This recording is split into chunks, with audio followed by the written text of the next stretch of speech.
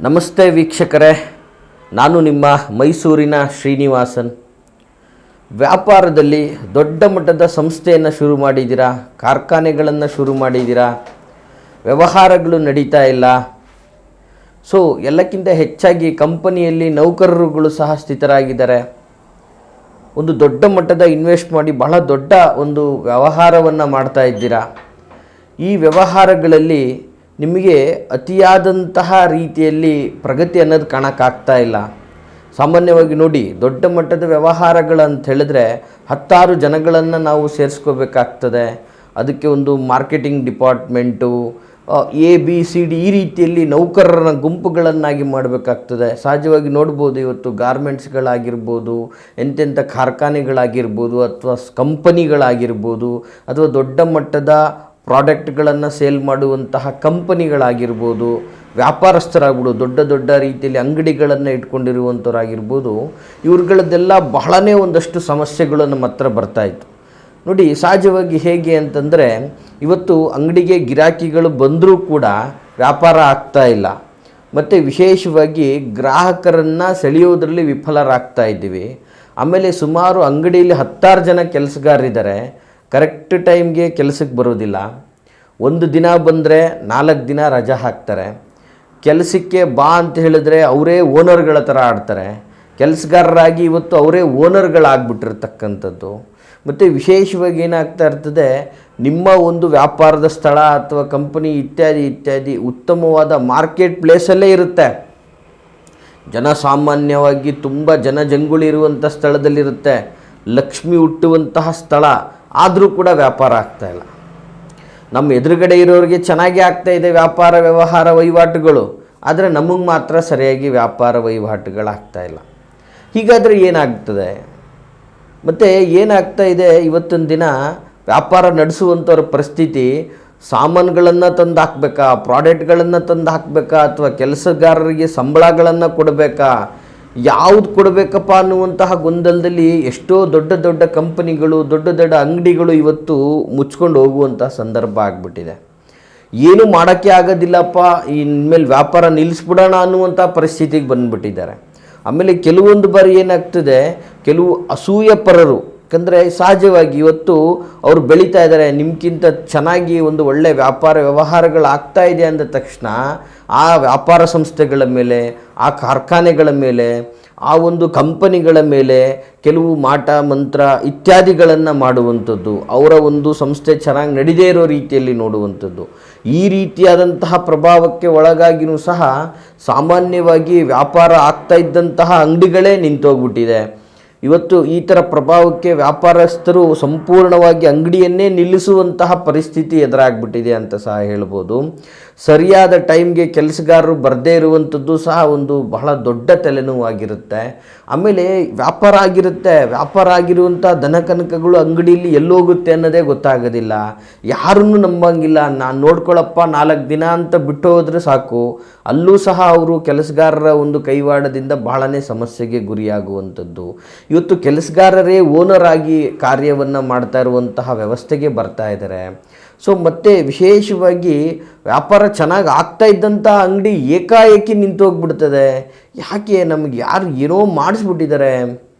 ಈ ಮಾಡಿಸ್ದಾಗಿನ ನಮಗೆ ವ್ಯಾಪಾರನೇ ಇಲ್ಲ, ತುಂಬಾ ಲಾಸು.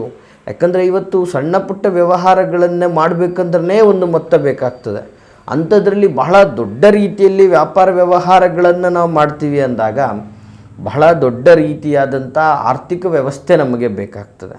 ಇಂತಹ ಆರ್ಥಿಕ ವ್ಯವಸ್ಥೆಯಲ್ಲಿ ನಾವು ಈ ಥರ ವ್ಯಾಪಾರದಲ್ಲಿ ತೊಂದರೆಗಳನ್ನು ಸಿಗಾಕೊಂಡಾಗ ಮನೆ ಮಠ ಮಾರಿಕೊಳ್ಳುವಂತಹ ಪರಿಸ್ಥಿತಿ.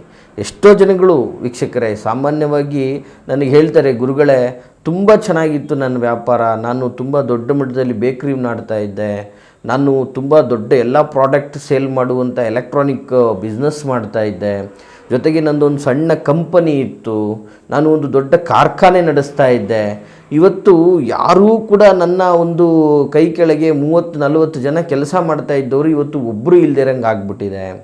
ಸೊ ಇವತ್ತು ಕನ್ಸ್ಟ್ರಕ್ಷನ್ ಫೀಲ್ಡಲ್ಲೂ ಸಹ ನಮಗೆ ತುಂಬ ಪ್ರಾಬ್ಲಮ್ಸ್ಗಳಾಗ್ತಾ ಇದೆ. ಕೆಲಸಗಾರನ ಹಿಡಿದು ನಿಲ್ಲಿಸ್ಕೊಳ್ಳೋದೇ ಭಾಳ ಕಷ್ಟ ಆಗುತ್ತೆ. ಅವ್ರಿಗೆ ಇವತ್ತು ಅಡ್ವಾನ್ಸಲ್ಲಿ ಅಮೌಂಟ್ ಎಲ್ಲ ಕೊಟ್ಟು ಅವರು ಹೇಳ್ದಂಗೆ ನಾವು ಕೇಳುವಂಥ ಪರಿಸ್ಥಿತಿಗಳು ಬಂದುಬಿಟ್ಟಿದೆ. ವ್ಯವಹಾರಗಳು ಬರ್ತಾ ಇದೆ, ದೊಡ್ಡ ಮಟ್ಟದ ವ್ಯವಹಾರಗಳು ಚೆನ್ನಾಗಿರೋದು ಬರ್ತಾ ಇದೆ. ಆದರೆ ಅದನ್ನು ಸೂಕ್ತವಾಗಿ ಮಾಡಿಸ್ಲಿಕ್ಕೆ ನೌಕರರ ಸಮಸ್ಯೆಗಳಾಗ್ತಾ ಇದೆ. ಈ ಥರದ ಸಮಸ್ಯೆಗಳು ದಿನ ಬೆಳಗಾದ್ರೆ ನಾವು ನೋಡ್ತಾನೆ ಇರ್ತಕ್ಕಂಥದ್ದಾಗಿದೆ. ಈ ಥರದ ವ್ಯಾಪಾರ ವ್ಯವಹಾರಗಳಲ್ಲಿ ದೊಡ್ಡ ಮಟ್ಟದಲ್ಲಿ ಯಾರೆಲ್ಲ ಸಮಸ್ಯೆಗಳನ್ನು ಅನುಭವಿಸ್ತಾ ಇದ್ರಿ ಅವ್ರುಗಳಿಗೋಸ್ಕರ ಈ ವಿಡಿಯೋವನ್ನು ಮಾಡ್ತಾ ಇರ್ತಕ್ಕಂಥದ್ದು ವೀಕ್ಷಕರೇ. ಈ ರೀತಿಯಾದಂಥ ಸಮಸ್ಯೆಗಳಿಂದ ಎಷ್ಟೋ ಜನ ಮನೆ ಮಠಗಳನ್ನು ಮಾರಿಕೊಂಡು ದೊಡ್ಡ ದೊಡ್ಡ ವ್ಯವಹಾರಗಳಿಂದ ನಷ್ಟವನ್ನು ಒಂದು ಬೀದಿಗೆ ಬಂದುಬಿಟ್ಟಿದ್ದಾರೆ. ಕಣ್ಣಾರೆ ನೋಡಿದ್ದೀವಿ. ಯಾಕೆಂದರೆ ಕಂಪನಿಗಳ ಮೇಲೆ ಸಾಲ ಮಾಡಿರ್ತಾರೆ, ಲೋನ್ ಮಾಡಿ ವ್ಯವಹಾರಗಳನ್ನು ಮಾಡ್ತಾ ಇರ್ತಾರೆ. ಏನಾಗ್ತಾ ಇರುತ್ತೆ, ಅವ್ರಿಗೆ ಯಾವುದನ್ನು ಬ್ಯಾಲೆನ್ಸ್ ಮಾಡೋಕ್ಕಾಗ್ತಾ ಇರೋದಿಲ್ಲ. ಹೀಗಾಗಿ ಭಾಳಷ್ಟು ಜನಗಳ ನೋವು, ವೇದನೆ, ಆಕ್ರಂದನ ಬೇರೆ.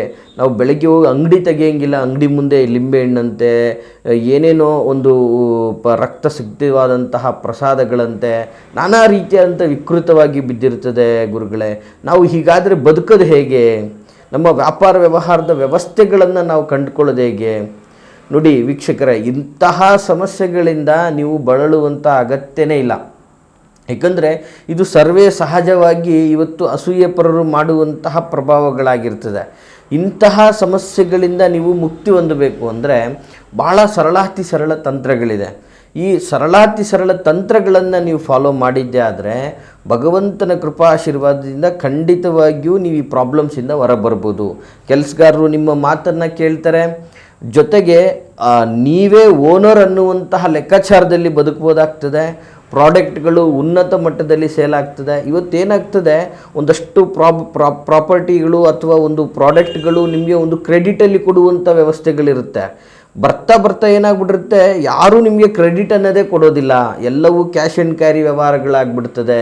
ಸೊ ಹಿಂಗಾದಾಗ ನಿಮಗೆ ವ್ಯಾಪಾರ ನಡೆಸುವಂತಹ ಸ್ಥಿತಿನೇ ಬರೋದಿಲ್ಲ. ವ್ಯಾಪಾರ ನಡೆಸೋದೇ ಬೇಡ, ನಿಲ್ಲಿಸ್ಬಿಡೋಣ ಅನ್ನುವಂತಹ ವ್ಯವಸ್ಥೆಗೆ ನೀವು ಹೋಗುವಂಥ ಪರಿಸ್ಥಿತಿ ಆಗಿಬಿಡ್ತದೆ. ಸೊ ಇಂತಹ ಪರಿಸ್ಥಿತಿಯಲ್ಲಿರ್ತಕ್ಕಂತಹ ವ್ಯಾಪಾರಸ್ಥರು, ಕಾರ್ಖಾನೆಗಳ ಓನರ್ಗಳು ಅಥವಾ ಕಂಪನಿ ನಡೆಸುವಂಥವ್ರುಗಳು, ದಯಮಾಡಿ ನೀವು ಮಾಡಬೇಕಾಗಿರುವಂತಹ ಕಾರ್ಯ ಇಷ್ಟೇ. ಭಾಳ ಸರಳವಾದಂತಹ ತಂತ್ರ. ಒಂದು ಬಿಳಿ ಕಾಗದದಲ್ಲಿ ಈ ಒಂದು ಮಂತ್ರವನ್ನು ನೀವು ವಿಶೇಷವಾಗಿ ಬರಿಬೇಕಾಗ್ತದೆ. ಇದು ಭಾಳ ಅದ್ಭುತವಾದಂತಹ ಮಂತ್ರವಾಗಿರ್ತದೆ. ಈ ಮಂತ್ರವನ್ನು ಒಂದು ಬಿಳಿ ಕಾಗದದಲ್ಲಿ ಬರೆದು, ಅದು ಸಹ ಇದನ್ನು ತಾವು ಒಂದು ನೀಲಿಯ ಮಸಿಯಲ್ಲಿ ಬರಿಬೇಕು.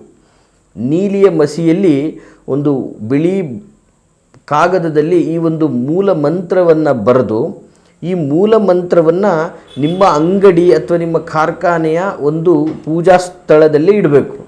ಪೂಜಾ ಸ್ಥಳದಲ್ಲಿ ಇಟ್ಟು ಅದನ್ನು ಭಕ್ತಿಯಿಂದ ಪೂಜೆ ಮಾಡೋದ್ರ ಜೊತೆಗೆ 11 ಶನಿವಾರ ಆ ಒಂದು ಮೂಲ ಮಂತ್ರವನ್ನು ನಿತ್ಯ ಪಠನೆಯನ್ನು ಮಾಡಬೇಕು.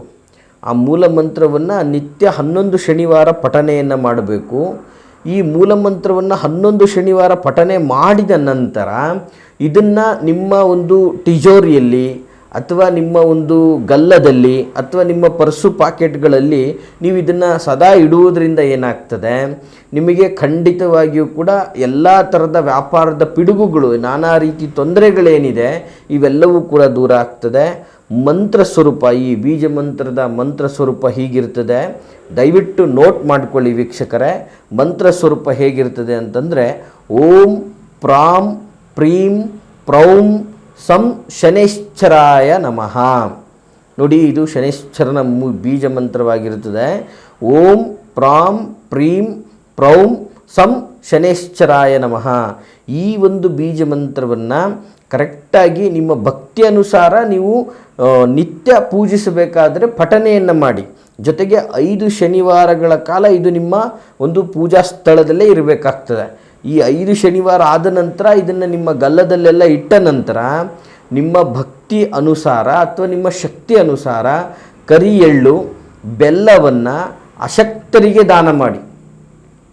ಅಶಕ್ತರಿಗೆ ನೀವು ಇದನ್ನು ದಾನ ಮಾಡೋದ್ರಿಂದ ಏನಾಗ್ತದೆ, ನಿಮಗೆ ವ್ಯಾಪಾರದಲ್ಲಿ ಆಗ್ತಾ ಇರತಕ್ಕಂಥ ಈ ಎಲ್ಲ ಸಮಸ್ಯೆಗಳು, ನೌಕರರಿಂದ ಆಗುವಂಥ ತೊಂದರೆಗಳಾಗಿರ್ಬೋದು, ಮಾರ್ಕೆಟಿಂಗ್ ಮಾಡಲಿಕ್ಕೆ ಆಗ್ತಾ ಇರುವಂಥ ತೊಂದರೆಗಳಾಗಿರ್ಬೋದು, ಜನಗಳನ್ನು ಆಕರ್ಷಿಸುವುದರಲ್ಲಿ ನಿಮಗೆ ಆಗ್ತಾ ಇರುವಂತಹ ತೊಂದರೆಗಳಾಗಿರ್ಬೋದು, ಇವೆಲ್ಲವೂ ಕೂಡ ದೂರ ಆಗಿ ಅದ್ಭುತವಾದಂತಹ ವ್ಯಾಪಾರದ ವ್ಯವಸ್ಥೆಯನ್ನು ನೀವು ಕಂಡುಕೊಳ್ತೀರಾ.